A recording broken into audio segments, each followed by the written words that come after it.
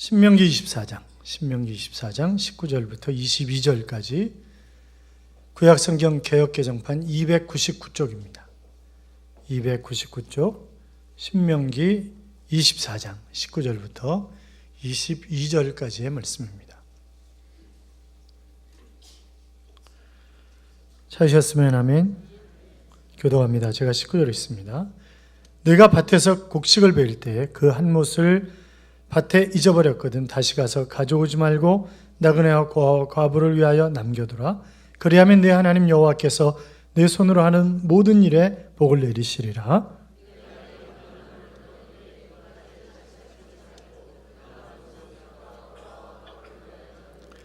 내가 내 포도원의 포도를 딴 후에 그 남은 것을 다시 따지 말고 객과 고아와 과부를 위하여 남겨두라. 애굽 땅에서 종되었던 것을 기억하라. 하나 명령하노라. 아멘. 같이 인사하시죠. 주의 이름으로 잘 될 것입니다. 더 잘 될 것입니다. 끝없이 잘 될 것입니다. 아멘.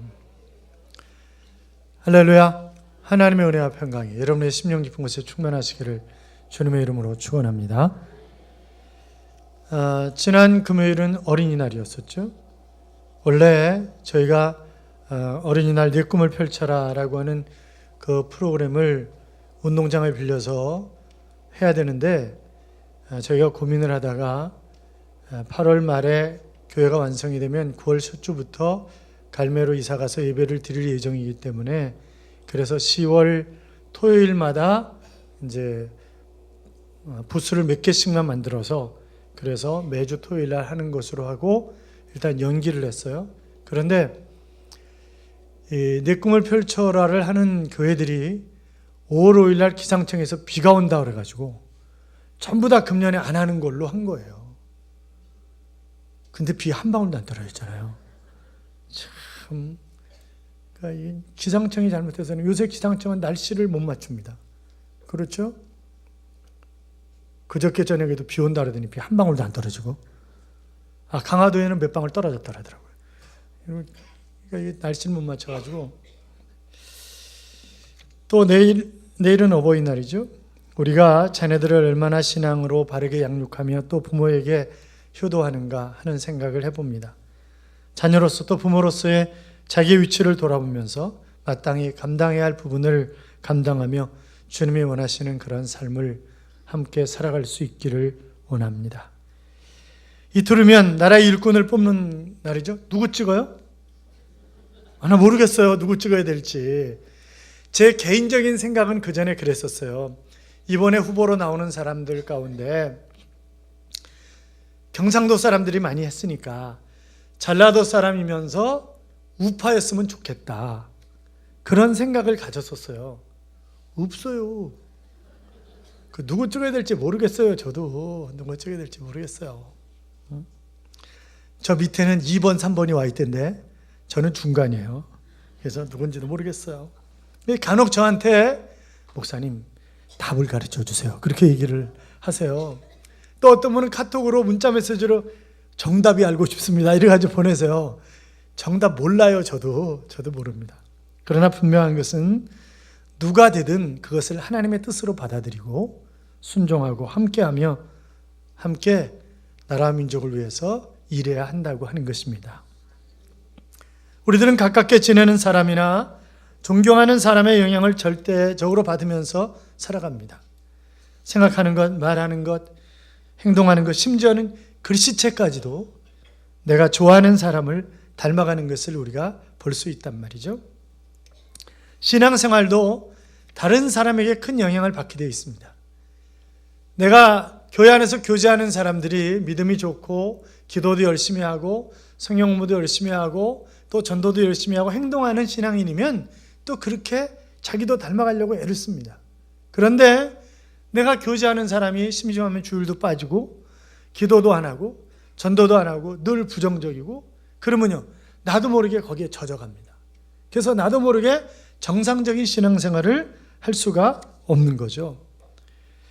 친구 따라 강남 간다라고 하는 말이 있듯이 내가 자주 만나고 가깝게 대화하고 함께 활동하는 사람을 자신도 모르게 닮아가기 때문에 교제하는 사람을, 좋은 사람을 교제해야 되고 내가 좋은 사람이 되어 주어야 하는 것입니다.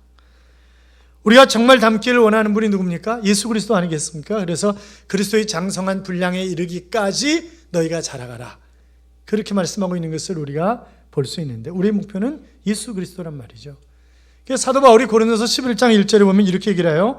내가 그리스도를 본받는 자가 된 것 같이 너희는 나를 본받는 자가 되라. 이렇게 얘기를 했습니다. 얼마나 주님 뜻대로 멋지게 살아가면 내가 그리스도 본받는 자가 된 것 같이 너희도 나를 본받는 자가 되라. 그렇게 얘기할 수가 있겠어요? 우리가 전도하면 그대나 잘 믿어. 그런 얘기를 많이 듣는단 말이죠. 내가 정말 하나님의 자녀다운 삶을 살아가면 그렇게 얘기하지 않을 거예요. 나도 당신처럼 교회 가고 싶어요. 나도 예수 믿고 싶어요. 이렇게 얘기할 거라고요. 틀림없이. 사랑하는 여러분, 예수님을 닮으려면 예수님을 깊이 알아야 합니다. 이번 주간이 주님을 더 깊이 알아가는 그런 시간들이 되시기 바랍니다. 한 백화점에서 특별한 판매 전략을 세웠어요. 그리고 광고를 많이 했습니다. 이제 매출이 올라야 되는데 일주일, 2주일 지나가는데 매출이 안 오르는 거예요. 야, 이거 광고 인물을 잘못 쓴 거 아니야? 더 센 놈으로 그래가지고 광고 인물을 바꿨어요. 그런데도 매출이 전혀 안 올라가는 거죠. 이게 도대체 왜 그러냐? 뭐가 잘못된 거냐 도대체? 그러면서 사장이 백화점 순실을 나가는데 거기서 깨달았습니다. 보니까 한 점원이 손님하고 대판 싸우고 있는 거예요. 싫으면 안 사가지고 가면 되잖아. 왜 말이 이렇게 많어? 이러면서 막 난리를 치는 거죠. 그래서 이게 우리 백화점의 문제점이네. 이러니까 이게 판매가 안 되는구나. 그러면서 결국 친절이 능력이다. 친절이 결국 모든 것을 가져온다 라고 하는 것을 깨닫게 되었다. 그렇게 써놨더라고요. 여러분, 오늘 본문의 이야기도 여러 가지로 얘기할 수 있겠습니다만 친절이 곧 자산이고 그것이 곧 축복이다 하는 그런 말씀을 하고 있는 것을 우리가 보게 됩니다. 외국인들이 우리나라를 방문하면 인천공항에서 내려서 내가 이 나라에 다시 오고 싶은가 안 오고 싶은가라고 하는 것은 누구에 의해서 판단이 될까요?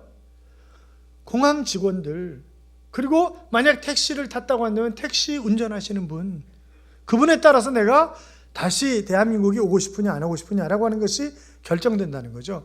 아니, 제자교회 처음 들어오는 사람이 교회 예배 분위기, 그 다음에 설교, 이런저런 거 따지기 전에 이 사람들이 다시 오고 싶은 교회냐 아니냐라고 하는 것은 몇 초 안 걸린다는 거예요. 앞에 안내 쓴 사람들, 주차하는 사람들, 이런 분들이 어떻게 하느냐를 보면 내가 교회 다시 오고 싶다, 안 오고 싶다, 이것이 결정된다는 거죠.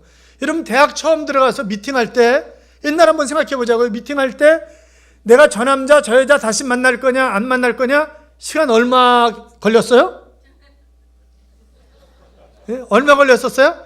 평균 4초라는 거예요. 평균 4초. 딱 보면 내가 다시 만나야 되겠다, 만나지 말아야 되겠다, 이게 결정이 된다는 거예요. 그러니까 이 첫인상의 함정이 물론 있어요. 왜냐하면 첫인상이 각인된 것이 뒤의 것을, 모든 것을 다 해석하는 거죠. 그래서 저 사람 진짜 괜찮아 그랬는데 옆에 있는 사람이 아니야, 저 친구 웃겨 그러면은 네가 웃겨 임마. 이제 그리고 그냥 앞에 걸로 들어온 걸로 전부 해석을 하는 거예요, 뒤에. 그러다가 이제 나중에 그 사람이 나쁘다는 이야기를 몇 번 들으면 이게 완전히 바뀌어가지고 배신감을 당한 것처럼 그 사람을 더 미워하는, 이제 그렇게 되지만 어떻든 첫인상이 굉장히 중요하다라고 하는 것입니다. 그래서 안내 쓰시는 분들이 또 교회에서 이렇게 저렇게 일하는 데 앞장선 분들이 정말 겸손하고 친절하게 잘해야 교회가 더 아름답게 성장할 수가 있는 것입니다. 우리가 사는 사회는 세 종류가 있다고 이야기를 합니다. 첫째는 밀림의 사회입니다. 약육강식의 사회죠. 그래서 센 놈이 이기는 겁니다. 그리고 약한 놈은 잡아먹히는 그런 사회가 밀림의 사회다. 그렇게 얘기를 하고, 두 번째 사회는 스포츠 사회다. 그런 거죠. 이긴 사람은 대우를 받지만 진 사람은 은매 기주고, 그리고 전혀 대우를 받지 못하는. 여러분, 우리나라는 좀 이상한 게 있어요. 우리는요, 동메달을 똥메달로 생각을 해요. 동메달이면 세계에서 3위 한 거예요. 정말 너무너무 잘한 거예요. 그래서 외국에서는 박수 쳐주고 막 잘했다 그러는데 우리나라는 동메달 든 사람 인천공항 나올 때 고개 숙이고 나와요. 이게 좀 뭔가 좀 잘못된 거죠. 그렇지 않아요? 세 번째 사회는 교양학의 사회다. 그렇게 얘기를 합니다. 그래서 승자도 패자도 없는 사회, 하모니를 잘 이루는 그런 사회가 교양학의 사회인데, 그러면 하나님이 원하시는, 성경이 말하고 있는 그런 사회는 어떤 사회를 말하고 있는 것입니까? 교양학의 사회를 말하고 있는 거죠. 그래서 함께 어우러져서 조화를 이루고 함께 행복한 미래를 열어가는 그런 공동체가 되기를 하나님이 원하시는 것이지, 나 잘난 맛에 사는 그런 삶을 살아가는 사람들을 하나님이 결탄코 원하시는 것이 아닙니다. 지금 이제 뭐 봄인지 여름인지 구분이 좀 잘 안 가요. 85년 만에 더위다 이렇게 얘기를 하고 그러니까 이게 봄인가 여름인가 그러는데, 여러분 들판에 나가 보셨습니까? 꽃이 정말 화창하게. 제가 지난 월요일 날 그 신학대학원 학생들이 체육대회를 군포 시민광장에서 했기 때문에 그 시민광장 가서 이제 교회에 설교하고, 그리고 이제 좀 있다가 박중신 목사님하고 이제 같이 오는데 어딜 좀 잠깐 들렸다 가자는 거예요. 그래서 어딜 들렸다 가니까 조금만 돌아가면 된다는 거예요. 그러니까 조금 돌아가니까 산 전체가 철쭉꽃이더라고요. 완전히 꽃으로 완전 그냥 산이 철쭉꽃이에요. 그러니까 사람들이 우르르 모여 있고 사진 찍고 난리가 나는 거예요. 너무너무 아름답더라고요. 집에 와가지고 그 얘기를 했죠. 그랬더니 당신은 언제 나한테 꽃 구경 시켜준 적이 있냐고 이러면서 성질 내가지고 괜히 그 얘기를 했다 싶더라고요. 여러분, 아무리 봄이 오고 꽃의 생기가 그리고 정말 보는 것이 아름답다 하지만, 그러나 힘들고 외로운 사람들이 얼마든지 우리 주변에 있습니다. 그렇잖아요? 그런 사람들을 우리가 잘 돌아봐야 되는 거죠. 사람은 어려움을 당하면 동물과 다른 반응을 보인다고 합니다. 그래서 먹을 것이 없어서 만약에 배가 고프면 사람은 서글픔을 느낀다는 거죠. 배고픈 곳에서 멈추지 않고 자신이 처해 있는 신세를 생각하면서 그것과 연결시켜가지고 이제 이런저런 생각을 하는 거죠. 그래서 실제로 배고픈 사람이 훨씬 더 외롭다는 거예요. 그런데 또 반대로 이 배고프면 사람이 공격적인 사람으로 또 바뀐다는 거예요. 평상시에는 그렇지 않았는데 내가 힘들고 어려우면 다른 사람이 뭐라 하는 거 평상시에 아무렇지도 않게 얘기했던 건데 나한테 돌 던지냐? 이렇게 생각한다는 거죠. 그래서 우리가 잘 돼야 되는 거예요. 여러분, 잘 되시기를 축원합니다. 우리가 잘 되고 그 풍요로움 속에서 어느 정도의 그 중산층의 생활 속에서 아이들을 잘 키워야 아이들도 성격 형성이 잘 되고 그러기 때문에 그런 것이 우리에게 필요하단 말이죠. 물론 신앙 안에서 이런저런 것 없이 믿음이 좋으면 다 해결이 됩니다만, 어쨌든 보편적인 의미에서 우리가 잘 살 필요가 있다 하는 그런 생각을 하게 됩니다. 자, 어떻든 하나님의 관심은 쓸쓸하고 외롭고 가난하고 소외된 사람들과 함께 하신다라고 하는 것을 우리가 볼 수 있는데, 우리가 지금 이기주의잖아요. 철저한 물량 중심주의잖아요. 이런 사회 속에서 하나님이 원하시는 삶을 우리가 어떻게 살아갈까 고민을 해야 합니다. 그 성경에 보면 하나님의 자비를 참 많이 받고 하나님의 은총을 많이 받고 그 은총을 베풀려고 했던 그런 사람들이 여러 사람이 있지만, 그 가운데 대표적인 사람 다윗을 우리가 볼 수 있습니다. 사무엘상 9장에 보시면 다윗이 이제 왕권을 잡아요. 여러분, 왕권을 잡기 전에 그 자기 장인인 사울에게 얼마나 죽을 고비를 많이 넘겼어요. 그렇잖아요. 그냥 수없이 많은 죽을 고비를 넘겼지만, 그런데 자기가 굴 속에 있을 때도 그렇고 그 사울을 죽일 기회가 있었지만 하나님이 기름 부으신 종을 어떻게 할 수 없다라고 하는 생각 때문에 옷자락만 베고 그 넘겨주고 그랬던 것을 우리가 볼 수 있단 말이죠. 그런데 이제 드디어 왕권을 잡았어요. 통상적으로 고대 근동지방에서 왕가가 바뀌잖아요. 그러면 지난 왕족을 3족을 멸하는 것입니다. 후환이 없도록 하기 위해서. 근데 다윗은요, 사울의 가족이 어디 있는지 찾는 거예요. 막 찾는 거죠. 그러니까 사울의 손자인 무비보셋이 있는 거예요. 무비보셋이 왕이 자기를 찾는다는 이야기를 들었을 때 어떤 생각을 했을까요? 나는 이제 죽었구나. 아마 그런 생각을 했을 거예요. 그런데 다윗이 무비보셋을 찾아가지고 사울이 가지고 있던 모든 재산을 다 돌려줍니다. 그에게. 그리고 아침 저녁으로 왕의 식탁에서 나와 함께 먹자. 그렇게 얘기를 하죠. 그랬더니 이 무비보셋이 놀래가지고 하는 말이, 이 종이 무엇이간데, 자기를 종이라고 지칭을 합니다. 이 종이 무엇이간데 왕께서 죽은 개 같은 나를 돌아보시나이까, 이러면서 감격해하는 그런 모습을 볼 수 있단 말이죠. 그런데 그러면 이 다윗이 무비보셋에게 왜 이렇게 은총을 베풀었는가? 그것은 자기가 하나님께 받은 은총 때문에 그렇다는 거죠. 그래서 왕이 가로되 사울의 집에 남은 사람이 없느냐 내가 그 사람에게 하나님의 은총을 베풀고자 하노라. 이렇게 얘기를 한단 말이에요. 그러니까 지금 이제 다윗은 뭐예요? 이런 고백이죠. 내가 왕이 된 것은 가문이 좋아서 된 것도 아니고 내가 잘나고 똑똑해서 된 것도 아니고 내가 사망의 음침한 골짜기를 헤맬지라도 하나님께서 나를 건지시고 보호하시고 지키시고 나를 왕에 세우신 분도 하나님이셨으니까 이거 모든 것이 다 하나님의 은총이기 때문에 그래서 나는 그 은총을 무효세에게 베풀기를 원한다 라고 하는 그런 고백 아니겠어요? 여러분, 다윗처럼 하나님의 은혜를 많이 경험하고 산 사람도 없을 거예요. 그렇지 않습니까? 그가 사무엘하 11장에 보시면 자신의 충신이었던 우리아의 아내를 범하잖아요. 그리고 끝내는 이 우리아를 전쟁 때 집어넣어 가장 그 앞에 세워가지고 결국 우리아를 죽인단 말이에요.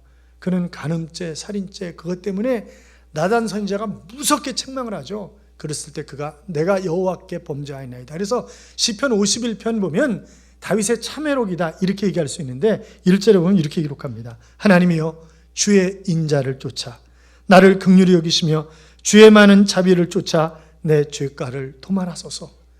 그가 용서받을 수 없는 죄인이고 하나님 앞에 엎드려 기도할 수도 없는 그런 죄인이지만 그러나 하나님의 자비를 구합니다. 하나님의 긍휼을 구합니다. 그랬을 때 하나님이 그를 봐주셨잖아요. 그러니까 보면 그는 정말 많은 하나님의 은총 가운데서 살아온 사람이기 때문에 그걸 베풀려고 했었던 그런 사람이었던 것을 우리가 볼 수 있는데 사랑하는 여러분, 우리도 하나님의 은총이 아니었다면 하나님의 자비가 아니었다면 어떻게 이 자리에 와서 앉아 있을 수 있겠냐고요. 이것은 순전히 하나님의 은혜인 줄로 믿습니다. 그럼 우리가 그 하나님의 은혜를 갚아야 되잖아요. 그런데 하나님께서 바로 오늘 본문을 통해서 갚으라는 거예요. 갚으라는 거예요. 그렇게 살라는 거예요. 명령을 하고 계세요. 그러면 힘들고 어려운 사람들에게 우리가 어떻게 해야 되는가? 첫째는 물질적으로 섬겨야 됩니다. 어떻게 해야 된다고요? 물질적으로 섬겨야 된다고요. 물질 얘기만 나오면 입이 다 젖지는 분들이 있어요. 어떻게 해야 된다고요? 물질적으로 섬겨야 된다고요. 물질적으로. 자, 야고보서 2장 15절 이하에 보시면 이런 말씀이 있습니다. 만일 형제나 자매가 헐벗고 일용할 양식이 없는데 너희 중에 누구든지 그에게 이르되 평안히 가라 더욱게 하라 배부르게 하라 하며 그 몸에 쓸 것을 주지 아니하면 무슨 이익이 있으리요. 이와 같이 행함이 없는 믿음은 그 자체가 죽은 것이라. 그렇게 말씀하고 계시는 것을 우리가 보게 됩니다. 예 속담에 임금님도 거지는 다 구제할 수 없다. 그런 말이 있습니다. 그러니까 구제가 그만큼 힘들다는 것 아니겠어요? 어려운 사람들이 너무 많고 힘들단 말이죠. 그러나 그것이 우리가 손을 펴서 도움을 거절하는데 이용해서는 결단코 안 되겠죠. 그런 말을 가지고 우리나라의 경우 IMF 체제 위에 엄청난 실업자가 양산이 되었습니다. 그리고 수없이 많은 가정이 해체되었습니다. 그렇잖아요? 지금도 그 어려움 속에서 살고 있는 사람들이 무지기수로 많습니다. 또 사업하는 사람들 얘기를 들으면 IMF 때보다 더 어렵다 이렇게 얘기하는 사람들도 참 많이 있습니다. 오늘 본문에서 법적, 경제적, 사회적으로 불리한 위치에 놓인 사람들을 보호하려고 하는 하나님의 뜻을 우리가 발견하면서 내가 어떻게 섬겨야 되는가? 자, 19절 보세요. 19절. 같이 읽어요. 내가 밭에서 곡식을 벨 때 그 한 뭇을 밭에 잊어버렸거는 다시 가서 가져오지 말고 나그네와 고아와 과부를 위하여 남겨두라. 그리하면 내 하나님 여호와께서 내 손으로 하는 모든 일에 복을 내리시리라. 아멘. 추수할 때 규정이죠. 그래서 곡식도 남겨두고 포도도 남겨두고 올리브도 남겨두라는 거예요. 다 싹싹 긁고 오지 말라는 거예요. 그래서 객, 고아, 과부 이런 사람들이 불쌍하고 가난한 사람들이 그것 때문에 그 배를 채울 수 있도록 그렇게 하라고 하는 하나님의 명령입니다. 명령이에요. 그러면서 뭐라고 얘기하시냐면 하나님 여호와께서 내 손으로 하는 모든 일에 복을 내리시리라. 그렇게 말씀하셨습니다. 그러니까 우리가 하나님의 복을 받는 비결이 그리 어려운 게 아니라고요. 내가 조금만 나누는 삶을 살면 하나님이 심은 것과 비교할 수 없는 그런 복을, 그래서 내 손으로 하는 모든 일에 복을 주겠다 하는 그런 약속을 하고 계시는 것을 우리가 보게 됩니다. 예수님도 어리석은 부자 이야기를 하시면서 그 어리석은 부자가 농사가 잘 됐어요. 풍년이 들었습니다. 그래서 창고를 크게 짓고 거기에다 창고에다 가득가득 쌓아놓고 하는 말이 내 영혼아 즐기자 마시자 평안히 쉬자. 그러고 그런다고요. 주님 뭐라 그랬습니까? 어리석은 자여 네 영혼을 오늘 밤 찾으면 그것이 네 것이 되겠느냐? 그렇게 말씀하시잖아요. 자신만을 생각하는 사람, 이웃도 하나님도 관심이 없는 사람, 그런 이야기를 하면서 아주 무섭게 책망하는 그런 모습을 보게 됩니다. 사람들은 다른 사람을 섬기지 않을 뿐만이 아니라 자기 자신도 섬기지 않는 사람들이 얼마든지 있어요. 스테이텀 아일랜드에 사는 에마 할머니라고 하는 분이 90세에 돌아가셨습니다. 아마 기억하시는 분들이 계실지 모르는데, 그런데 시청 직원들이 장례를 치르기 위해서 그 집을 방문했다가 깜짝 놀랐습니다. 왜냐하면 50만 달러나 있는 거예요. 50만 달러면 한 6억 정도 되는 거죠. 6억 정도? 50만 달러나 있는 거죠. 장판 밑에 27만 5천 달러가 있고 통장에 20만 달러가 있고 그리고 주식도 꽤 가지고 있더라는 거예요. 그런데 이 사람이 굶어 죽었어요. 겨울날 굶어 죽었습니다. 왜 굶어 죽었냐? 못 사 먹는 거야, 이거를. 그리고 하루에 핫도그 하나만 사 먹는 거예요. 하루에 핫도그. 그리고 추울 때 불을 떼는데 핫도그 먹고 나면 나무떼기 몇 개 모았다가 그거 조금 불 떼고, 그게 다였어요. 아니, 자기 집에 아파트인데 그 밑에 상가가 딸렸는데 상가 6개가 자기 거야. 웃기는 거죠. 그러니까 죽어도 싸다, 죽어도 싸. 그렇잖아요. 그러니까 자기 자신도 안 돌아보고, 뭐 자기 자신도 안 돌아보는 사람이니 무슨 이웃은 뭐 돌아보겠어요? 하나님을 돌아보겠습니까? 전혀 그렇지 않은 거죠. 마태복음 19장에 보시면 어떤 사람이 예수님께 찾아와서 영생 얻는 비결을 물어보죠. 그랬더니 율법에 뭐라고 기록되어 있느냐? 그 율법대로 다 지키라. 그랬더니 제가 어려서부터 그것을 다 지켰습니다. 그래? 그러면 내가 가진 것을 가난한 사람들에게 다 나눠주고 그리고 나를 쫓으라. 그렇게 말씀하시잖아요. 그랬더니 그가 재물이 많은 거로 근심하여 갔더라. 이렇게 기록하고 있다. 사랑하는 여러분, 마태복음 25장에 보시면 형제 중에 지극히 작은 자 하나에게 한 것이 곧 내게 한 것이니라. 그렇게 말씀하셨고 그 뒤에 보면 지극히 작은 자 중에 하나에게 하지 않은 것이 곧 내게 하지 않은 거다. 그렇게 말씀하고 계시는 것도 보게 됩니다. 그러니까 내가 가지고 있는 게 내 게 아니란 말이에요. 이게 하나님 건데 나한테 잠깐 맡겨주신 거잖아요. 그러니까 내가 청지기로서 하나님의 뜻에 맞춰서 사는 삶을 살아야 되는 것 아니겠습니까? 특히 부모 형제를 돌아보십시오. 그리고 나누는 삶을 살아가시길 바랍니다. 헌신할 일이 생기면 자기는 이것저것 다 하는 거예요. 아니, 자랑이나 하지 말아야지. 뭐 이것저것 막 자랑을 해요. 그러면서 헌신할 때는요, 뭐라고요? 나 요새 너무 힘들어가지고. 그럼 사람들이 뭐라 그러겠어요, 그 사람한테. 그렇잖아요. 그러니까 자랑이나 하지 말지. 사랑하는 여러분, 이 핑계 저 핑계 대지 말고 더욱 하나님께 그리고 이웃에게 멋지게 섬기는 그런 삶을 살아가시기를 주님의 이름으로 축원합니다. 자, 우리가 물질로 섬겨야 될 뿐만이 아니라 정신적으로도 섬겨야 된다고요. 이즈메 현상이라고, 일본 학교에 이즈메 현상이라는 것이 있습니다. 그러니까 장애인들 있잖아요. 그리고 이제 정신적 지체 장애자, 정신적 장애자 이런 친구들이 반에 있잖아요. 그러면 애들이 몰려가서 두들겨 패는 거예요. 그리고 너는 막 죽어야 돼, 막 이러고 막 패는 거니까 아주 악질들인 거죠. 이건 보통 악질들이 아닌 거죠. 그런 조직 폭력배가 학교 안에 너무 많다는 거예요, 지금. 그 일본 얘기만 그럴까요? 우리는 안 그럴까요? 여러분, 우리는 정서적으로 이웃이 되어주고 희망을 주는 그런 사람이 되어야 한국 사회 전체에 각박하고 그 경쟁 재앙적인 그런 성격이 공정과 생명 존중의 사회 분위기로 바뀌게 될 것입니다. 그러니까 우리가 잘해야 된다고요. 왜 장애를 가진 아이를 둔 부모들이 자꾸 이민을 가려고 하는 이유가 뭐예요? 선진국에 가면 차별이 없단 말이죠. 차별이 없고 오히려 그 아이들이 우선이란 말이죠. 그러니까 자꾸 선진국으로 이민을 가려고 하는 것 아니겠습니까? 나폴레옹 시대 프랑스에서 있었던 일인데 소년 군사학교 앞에 사과를 파는 아주머니가 계셨습니다. 그런데 어느 날 한 사람이 이 아주머니를 찾아왔어요. 그리고 이렇게 얘기를 하는 거예요. 아주머니 아직도 사과 장사를 여기서 하시네요. 아, 그래요. 제가 한 가지 물어볼 게 있는데요. 뭔데요? 이 소년 군사학교에 다녔던 나폴레옹이라고 하는 소년이 있었습니다. 지금은 황제가 되셨는데, 그런데 그 소년이 군사학교를 다닐 때 아주머니한테 돈이 없어가지고 사과를 많이 얻어먹었다면서요? 그렇게 물어보니까 이 아주머니가 정색을 하면서 무슨 얘기를 하세요 도대체? 그 나폴레옹이라고 하는 소년을 내가 똑똑하게 기억하고 있는데 얼마나 용기 있고 시키시켰는지 몰라요. 그리고 사과를 먹을 때 꼭 돈을 지불하고 먹었어요. 무슨 얘기를 하세요? 나도 그 사람을 보고 싶어요. 그렇게 얘기를 하더라는 거죠. 그러니까 이 앞에 섰던 이 젊은 남자가 눈물을 툭툭 흘리면서 자기 겉옷을 벗더라는 거예요. 그 안에는 황제의 제복이 있었습니다. 그가 나폴레옹이었습니다. 아주머니 정말 고맙습니다. 제가 사과를 먹고 싶어서 주위를 뱅뱅 돌면 늘 사과를 지어주시면서 용기를 내, 힘을 내, 너는 위대한 군인이 될 거야. 그렇게 얘기해 주셔서 오늘의 제가 있게 되었습니다. 그러면서 자기 주머니에서 그 말을 한 주먹 꺼내가지고 주는 거죠. 이거면 평생 아주머니 편하게 사실 수 있을 거예요.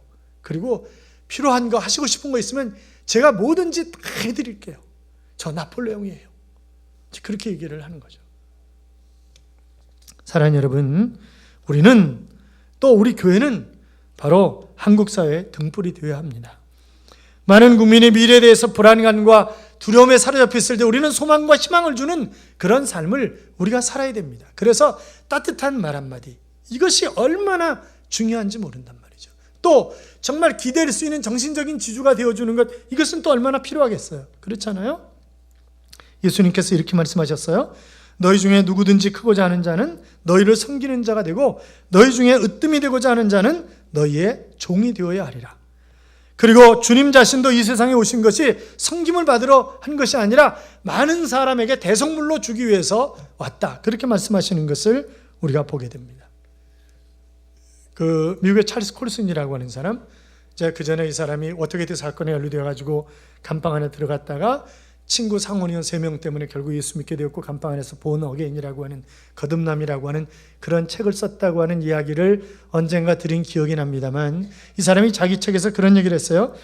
미국의 역사상 가장 감동적인 순간에 대한 이야기를 하면서, 그것은 인도 캘커타의 고인이 되신 테레사 수녀가 미국 국회를 방문해서 연설했을 때였다고 하는 그런 얘기를 하면서, 보통 미국 사람들은 국회에서 연설할 때 박수를 팍 치는 거죠. 말 한마디 끝날 때마다 막 박수를 치는데 그날 박수를 칠 수가 없었다는 거예요. 다 몸이 굳어 있었다는 거죠. 아니, 굳어 있는 게 아니라 감동에 겨워가지고 박수 칠 생각을 못했다는 거예요. 특히 마지막 테레사가 던진 말 한마디는 그들을 꼼짝 못하게 만들었다는 거죠.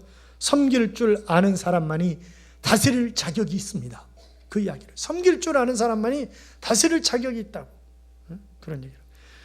누가복음 14장 7절 이하에 보시면 너희가 어느 집에 들어가거든 높은 자리에 앉지 말라. 너보다 더 높은 사람이 와가지고 너 자리 쫓겨나면 그것이 무슨 망신이냐. 그러나 말석에 앉아 있다가 아유 뭐 여기 앉아 계시면 어떡하냐고 저 윗자리로 바꿔 앉으시라고 그러면 그게 차라리 더 낫지 않냐. 그런 말씀을 하시는 것을 우리가 보게 됩니다. 요한복음 13장에는 예수님께서 제자들의 발을 씻겨주신 그런 이야기가 나옵니다.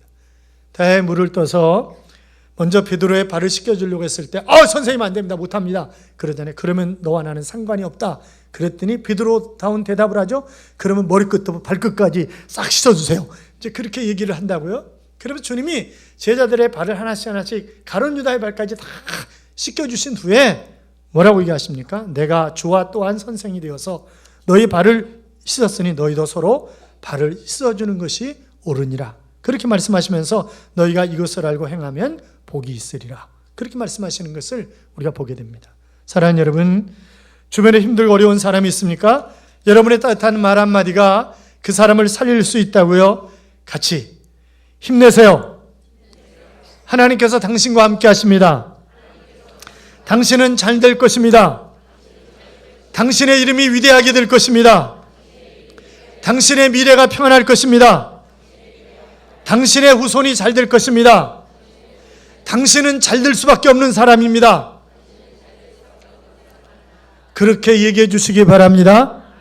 틀림없이 그 사람도 잘 되고 여러분도 잘 될 줄로 믿습니다. 그러니까 우리가 정신적으로 섬겨야 된다고요. 뿐만이 아니라 더 중요한 건 뭐예요? 영적으로 섬겨야 되는 거죠. 영적으로. 그렇잖아요. 하나님이 나를 얼마나 사랑하셔서 예수 그리스도로 이 땅에 독생자이신 예수 그리스도로 이 땅에 보내시고 나의 죄값 때문에 십자가에 못 박혀 죽게 만드시고 그분이 부활하셔서 나도 부활의 소망을 갖게 하셨고 지금도 하나님 보좌 우편에서 나를 위해서 말할 수 없는 탄식으로 기도하고 계시고 그 주님이 다시 오시면 나는 딜리움을 받아서 그 주님과 함께 공중에서 혼인잔치를 하게 될 것이고 이 복음을 그 사람에게 복음을 전해줘야 된단 말이죠. 그렇잖아요. 그러니까 영적으로 우리가 잘 섬겨야 된단 말이죠. 그러니까 우리가 전도하는 것은 그 사람을 영적으로 섬기는 거예요. 며칠 남았어요? 며칠 남았어요? 21일. 21일. 며칠인지 생각도 안 나죠? 21일 남았어요. 5월 28일 날 최선을 다해서 우리가 복음을 전하기를 원하는 것은 바로 영적으로 그들을 섬기기 위해서 그런 것이란 말이에요. 지옥 가면 안 되잖아요. 그렇잖아요. 멸망하면 안 되잖아요. 자, 이스라엘 백성들은 애굽에서 객이었고 고아와 과부 같은 그런 사람들이었습니다. 그런데 구원의 하나님께서 긍휼을 베푸셔서 이들이 이제 가나안 땅에 들어와서 복된 삶을 살아가게 될 것입니다.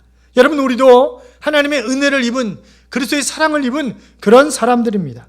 그리스도의 보혈로 인해서 값없이 구원을 받아서 천국을 소유하게 된 그런 하나님의 백성 아니겠습니까? 그렇기 때문에 우리는 우리의 이웃들에게 내가 받은 사랑을 전해야 하는 것입니다.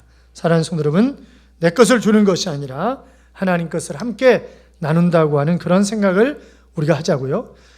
빅토리아 여왕이 나이팅게일에게 준 훈장에 이런 글귀가 쓰여져 있다고 그래요. 긍휼을 행하는 길은 하나뿐이 아니다. 말로 할 수 있고 돈으로도 할 수 있다.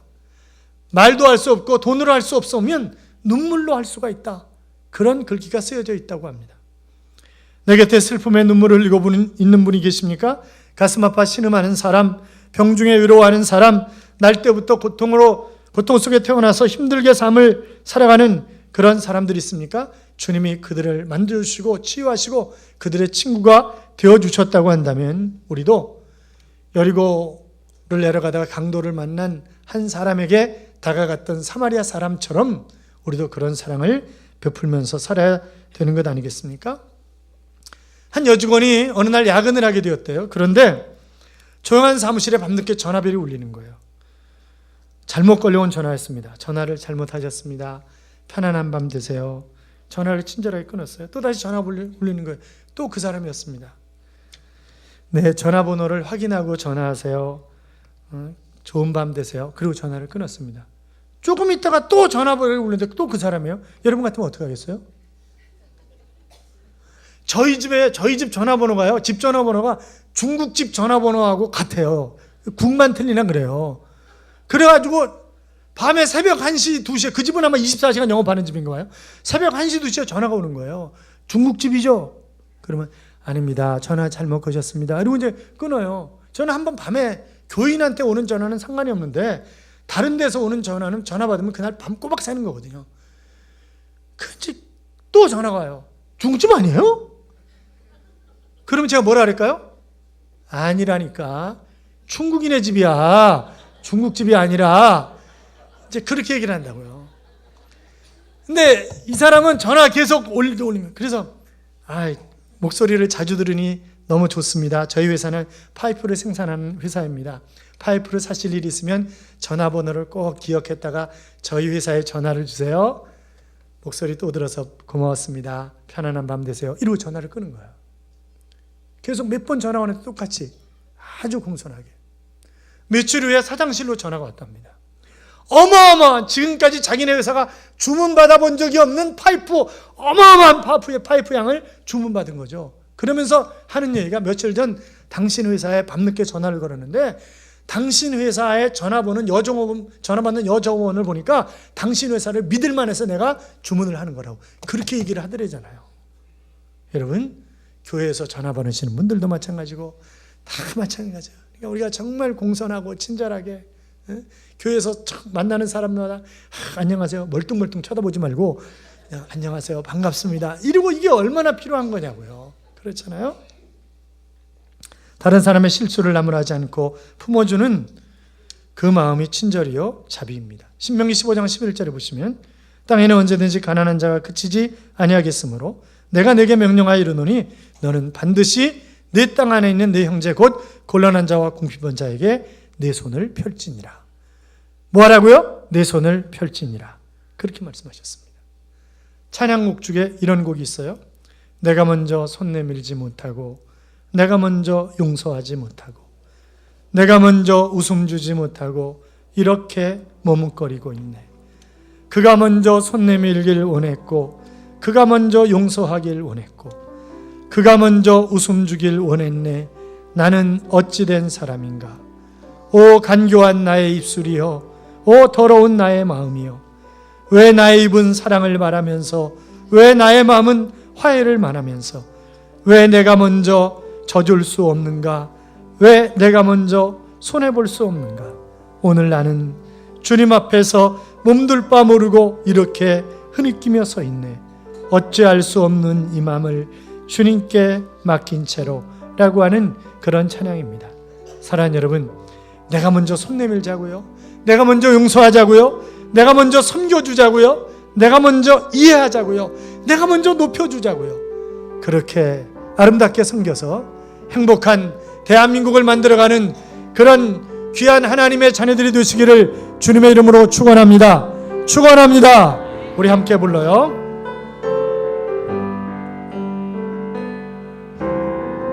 내가 먼저 섬 내밀지 못하고 내가 먼저 용서하지 못하고 내가 먼저 웃음 주지 못하고 이렇게 머뭇거리고 있네. 그가 먼저 손 내밀기 원했고 그가 먼저 용서하길 원했고 그가 먼저 웃음 주길 원했네. 나는 어찌 된 사람인가. 오 간교한 나의 입술이여, 오 더러운 나의 마음이여, 왜 나의 입은 사랑을 말하면서 왜 나의 마음은 화해를 말하면서 왜 내가 먼저 져줄 수 없는가, 왜 내가 먼저 손해볼 수 없는가. 오늘 나는 오늘 나는 주님 앞에서 몸둘 바 모르고 이렇게 흐느끼며 서 있네. 어찌할 수 없는 이 마음을 주님께 맡긴 채로 내가 먼저 섬겨주지 못하고 내가 먼저 섬겨주지 못하고 내가 먼저 이해하지 못하고 내가 먼저 높여주지 못하고 이렇게 고집 부리고 있네. 그가 먼저 섬겨주길 원했고 그가 먼저 이해하지 못하고 그가 먼저 높여주길 원했네. 나는 어찌 된 사람인가. 오 추악한 나의 욕심이여, 오 서글픈 나의 자존심이여, 왜 나의 입은 사랑을 말하면서 왜 나의 맘은 화해를 말하면서 왜 내가 먼저 져줄 수 없는가, 왜 내가 먼저 손해볼 수 없는가. 오늘 나는 오늘 나는 주님 앞에서 몸둘 바 모르고 이렇게 느끼며 서 있네. 어찌할 수 없는 이 맘을 주님께 맡긴 채로. 사랑하는 여러분, 그렇습니다. 우리에게 맡겨주신 것 내 것 아닙니다. 하나님의 것입니다. 우리 아름답게 섬기는, 그래서 물질로, 정신적으로, 또 영적으로 섬겨서 우리의 가족이, 우리의 교회가, 우리의 민족이 행복한 내일을 열어갈 수 있도록 기도합시다. 같이 기도합니다. 살아계신 하나님 아버지,